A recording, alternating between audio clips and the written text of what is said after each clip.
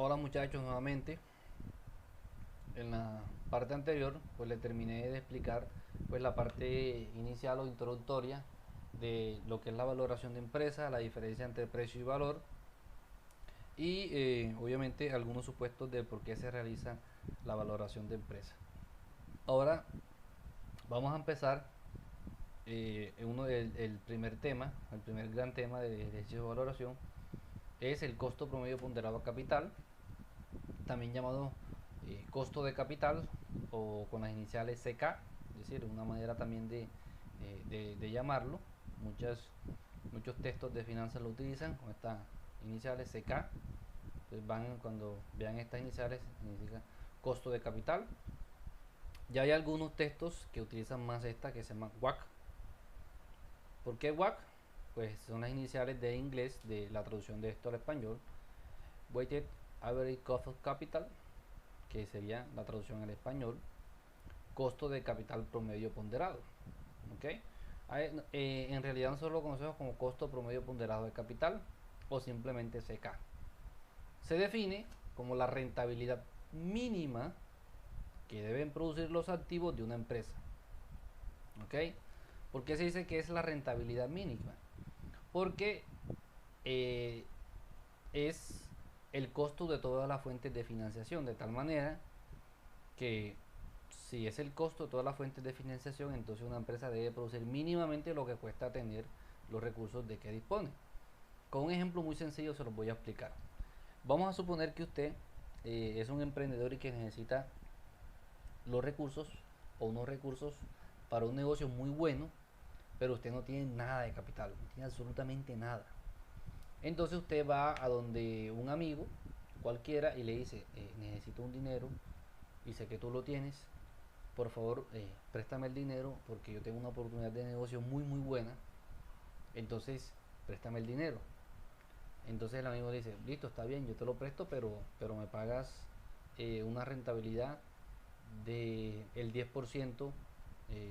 Supongamos que el dinero lo va a devolver dentro de 6 meses.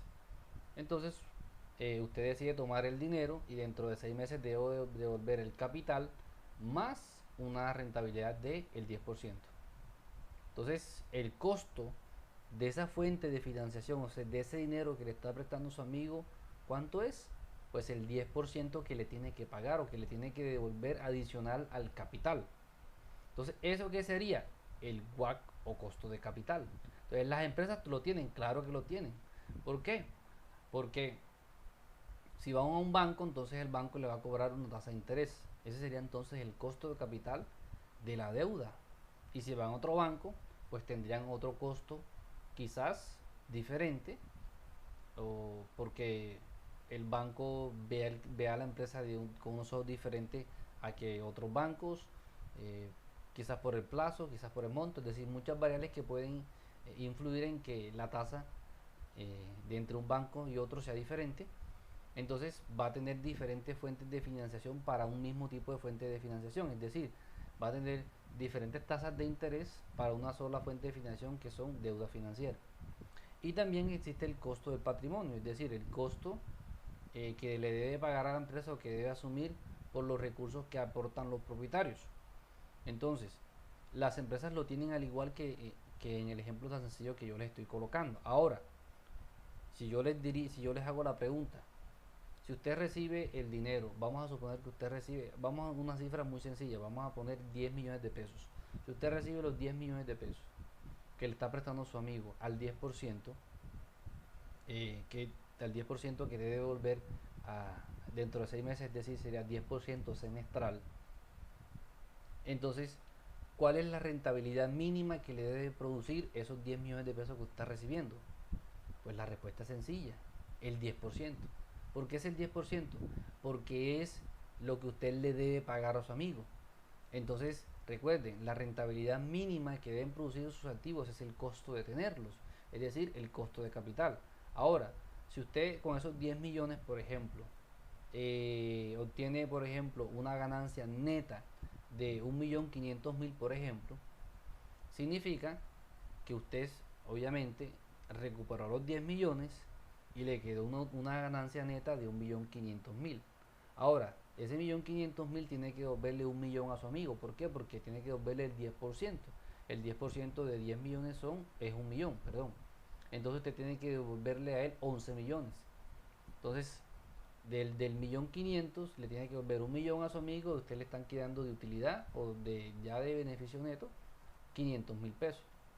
Ahora, si ese negocio solamente le puede producir como utilidad neta o beneficio neto 1 millón de pesos, significa que ese 1 millón de pesos usted se lo tiene que devolver a su amigo. Eso implica que usted prácticamente trabajó para su amigo. ¿Ok? Ahora, si le produce menos del 1 millón de pesos, por ejemplo, 700.000 pesos, cuando le vaya a pagar a su amigo dentro de 6 meses, tiene que devolverle 11 millones, recuerden el 10%, y solamente tiene 10.700.000.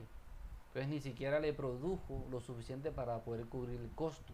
Entonces, en una empresa sucede lo mismo, es decir, recibe unos recursos y esos recursos deben producir por encima de lo que cuesta tenerlo. Entonces, el costo de capital es la rentabilidad mínima que deben producir los activos para que la empresa, pues obviamente, no entre en dificultades económicas. Ahora, no es lo ideal es que siempre la rentabilidad que producen los activos, pues sea superior al costo de tenerlos. ¿Listo?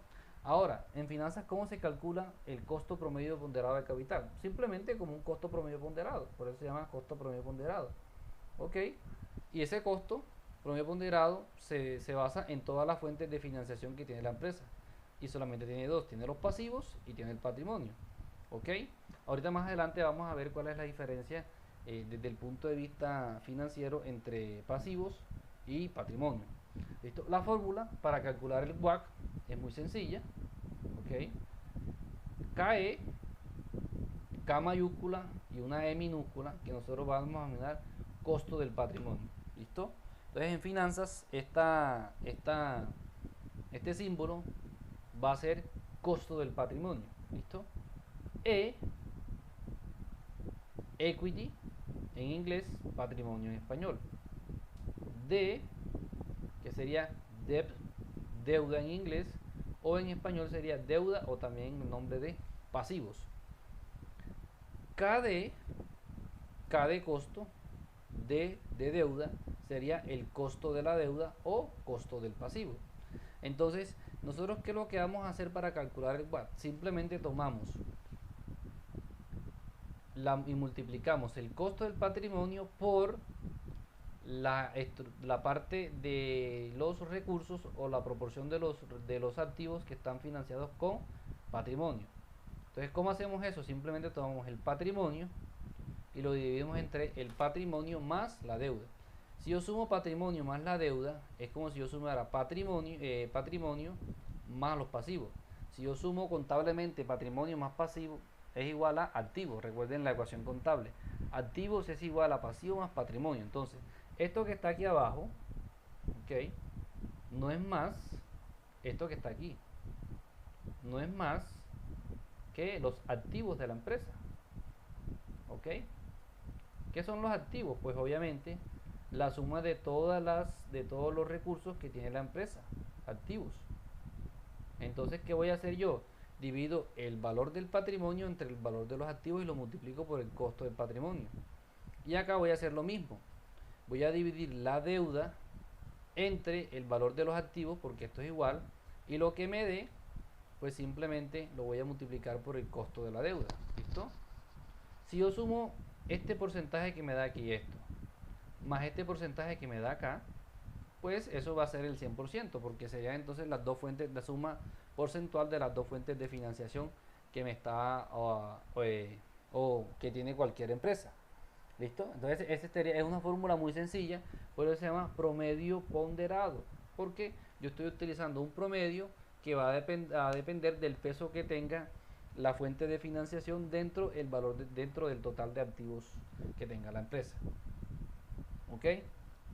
Ahora, hay esta misma fórmula, que la anterior, la tomé del libro de Oscar León García, ustedes la pueden consultar. Y esta que está acá la tomé del libro de Ignacio Vélez Pareja, que se llama Métodos de Decisión bajo incertidumbre, algo así. Entonces, según este señor, la tasa de descuento apropiada para descontar los flujos de caja que tenga una empresa es el WACC. ¿Listo? Eso quiere decir que nosotros, para poder descontar los flujos de caja con los que vamos a valorar, debemos descontarlos con el WACC. Ahora, según el señor Ignacio Vélez Pareja, el WACC lo voy a calcular como DEP, que es el valor de la deuda en el periodo T, perdón, el costo de la deuda en el periodo T, el costo de la deuda. ¿Okay? Por esto que está acá, señalando, si le estoy señalando, es el porcentaje de deuda sobre activos al comienzo del periodo T. ¿Listo? Entonces, en el periodo T-1, más E, que es el costo del patrimonio de equity, en el periodo T, por esto que está acá, que es el porcentaje de patrimonio sobre activos al comienzo del periodo T. Entonces, fíjense que aquí este señor nos está diciendo que en realidad uno debería tomar es el valor del activo, del pasivo y del patrimonio para poder calcular el WACC es al inicio del periodo, ¿ok? No al final. Entonces es como si yo les dijera, si ustedes me dicen cuál es la rentabilidad la rentabilidad, por ejemplo, perdón, cuál es, por ejemplo, el interés que se paga sobre un préstamo de 1.000.000 de pesos al 5%, todos me dirían, pues 50.000. Recuerden, ¿cuál es el interés que yo pagaría por un préstamo de 1.000.000 de pesos al 5%? Eso implicaría un interés de 50.000 pesos. ¿Ok? Entonces, esos 50.000 pesos, ¿cómo los calculan ustedes? Pues simplemente con la fórmula que dice que interés es igual a P por I. Es decir, están tomando el 1.000.000 de pesos, que es P, por I, que es la tasa, por el 5%, y eso está dando los 50.000 pesos. Entonces, el señor Ignacio Vélez Pareja, ¿qué es lo que dice? Que el valor de P, ¿dónde lo están tomando? Al inicio de la operación. Recuerden matemática financiera. El valor presente de una operación, ¿dónde está? En el momento cero. Eso indica que yo debo tomar el valor de P en el momento cero. Es decir, en el momento en que inicia la operación. Es lo mismo que él dice acá sobre el valor o el porcentaje de la deuda y el porcentaje del patrimonio que debo tomar, es decir, el del inicio del periodo, no el de final del periodo. Entonces, es como si yo estuviera diciendo, si yo estuviera calculando el WACC de manera anual. Si yo tuviera la posibilidad de calcular el WACC de manera anual, debería tomar el valor del patrimonio, de la deuda y del activo a 1 de enero de cada año y no a 31 de diciembre. Porque si lo tomo a 31 de diciembre, entonces no estaría haciéndolo de la manera correcta. ¿Ok? Entonces, conceptualmente yo estoy de acuerdo con eso. Yo pienso que uno debe tomar el valor al inicio del periodo, es decir, a 1 de enero, cuando si yo lo estoy haciendo realmente con una empresa, yo debería tomar los valores para calcular el WACC, los valores del pasivo, del activo y del patrimonio a 1 de enero. Ahora, esa es una posición que defiende el profesor Ignacio Vélez Pareja. Hay otros profesores como Héctor Ortiz Anaya que dice, no lo tomes ni al principio, no lo tomes ni al final, sino que establece un promedio, es decir, tomas el valor del pasivo al inicio del periodo, es decir, a 1 de enero. Toma el valor a 31 de diciembre. Lo sumas y lo divides entre 2. Entonces, eso implica que va a haber un valor como más intermedio entre los dos. O el mismo Héctor Ortiz Anaya dice, si tú tienes, por ejemplo, los saldos del pasivo, del activo y del patrimonio mes a mes, entonces suma los 12 meses, es decir, y divídelo entre 12. Entonces lo tomas, por ejemplo, a 31 de enero, a 28 de febrero, a 31 de marzo, hasta el 31 de diciembre. Sumas todos esos valores, lo divides entre 12, entonces vas a obtener un porcentaje o un valor mucho más aproximado, mucho más ajustado, que si lo tomas al principio o si lo tomas al final. ¿Ok? Entonces, por ejemplo, ¿quién lo toma al final? Oscar León García dice, no, tomemos el valor contable del activo, del pasivo y del patrimonio al final de cada periodo, es decir, a 31 de diciembre de cada año si lo estamos haciendo de forma anual. Héctor Ortiz Anaya dice, no, hagámoslo como promedio. Ignacio Vélez dice, no, tomamos al principio. Entonces, hay diferentes versiones acerca de en realidad de cuál se debería tomar el valor y obviamente eso tiene una influencia porque no es lo mismo el valor del patrimonio, del activo y el pasivo al inicio que al final del año. ¿Ok? Van a ser diferentes. Entonces eso va a tener diferentes implicaciones. Esas implicaciones van a depender obviamente obviamente de la argumentación que usted coloque para cada uno de los puntos o de lo que usted quiera hacer. ¿Listo? Ahora, ¿cuál es la diferencia entre deuda, patrimonio o capital de los accionistas? Veamos algunos puntos sobre la deuda. Empecemos. La deuda. La deuda es una fuente de financiación que está regida contractualmente. ¿Ok? Aquí está señalado contractualmente. Eso significa que existe un contrato que generalmente es un pagaré que se firma entre el deudor y el banco y que en este caso se pactan unos intereses y unas fechas en la que se deben pagar los intereses como el abono a capital. Eso significa que el acreedor recibe su dinero en teoría sin importarle si la empresa ha producido beneficios o no. Por decirlo de alguna manera, al banco hay que pagarle sí o sí. No hay otra manera de hacerlo. Es decir, hay que pagar la deuda sí o sí. Entonces, en este caso, porque hay que pagarlo, porque existe una cláusula o un pagaré que dice que hay que pagar en ciertas fechas, hay que pagar ciertos valores, para eso se establece una tabla de amortización del crédito, ya sea con pagos iguales o periódicos, con pagos variables, como sea, pero se establecen unos pagos que deben respetarse y que si la empresa no paga, entonces obviamente el banco va a hacer efectivas sus garantías. En este caso, en teoría, realmente, no es en teoría, realmente el banco no le importa si la empresa vende o no vende. Lo que le importa es que la empresa le pague, pues obviamente, la deuda o lo que le debe. Eso por un lado. Ahora, punto número 2. La deuda tiene prioridad sobre el pago de utilidades o dividendos. ¿Ok? Eso quiere decir que toda empresa preferirá siempre pagarle al deudor antes que al propietario. ¿Por qué? Porque si no se le paga al acreedor, entonces el acreedor va a ejercer obviamente va a ejercer las garantías que tenga, va a enviar los abogados, va a hacer los reportes en centrales de riesgo. Entonces siempre toda empresa va a querer pagar obviamente a los deudores, a los acreedores antes que a los mismos propietarios. Por tanto siempre va a tener una prioridad. ¿Por qué? Porque los propietarios pueden esperar, en cambio los bancos no. ¿Listo?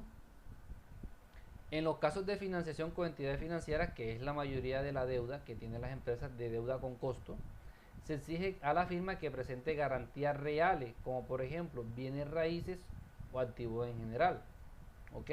O que la empresa presente codeudores que respalden la deuda. Entonces, por decirlo de alguna manera, las entidades financieras van a tener un respaldo, ¿listo?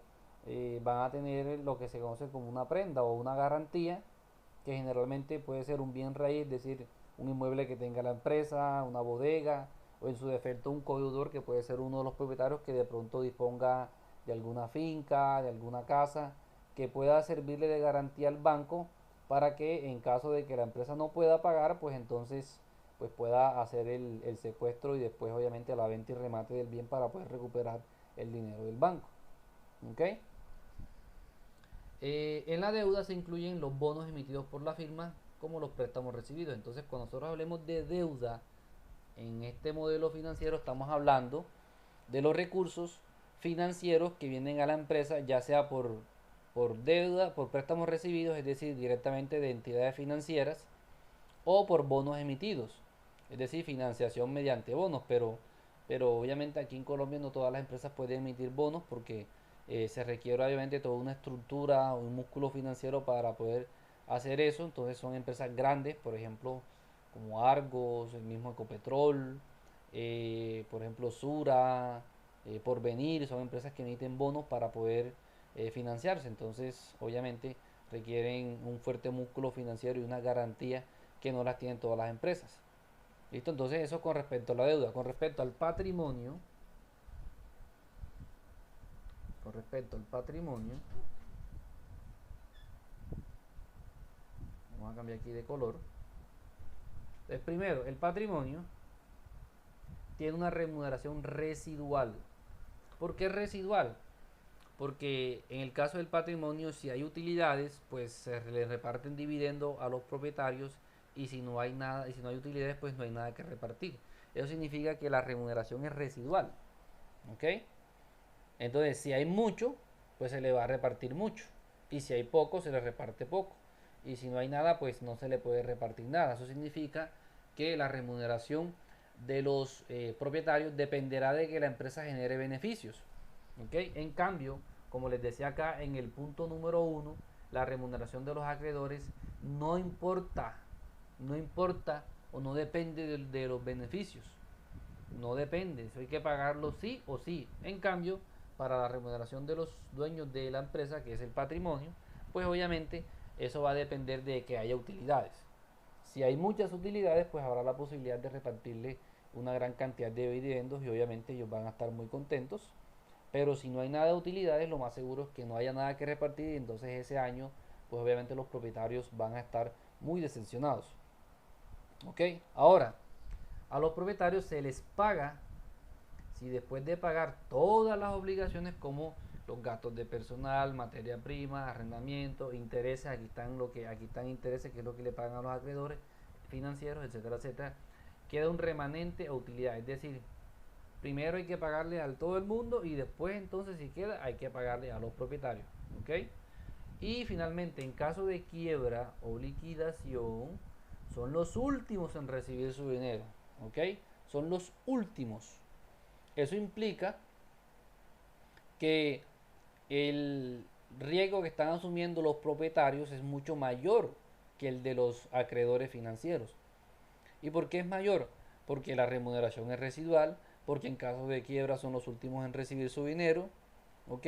En cambio, a los acreedores se les paga, obviamente, sin tener en cuenta si hay beneficios o no. En caso de quiebra o liquidación se les paga primero que a los propietarios. Entonces, en teoría, un propietario siempre va a tener mucho más riesgo que un acreedor financiero.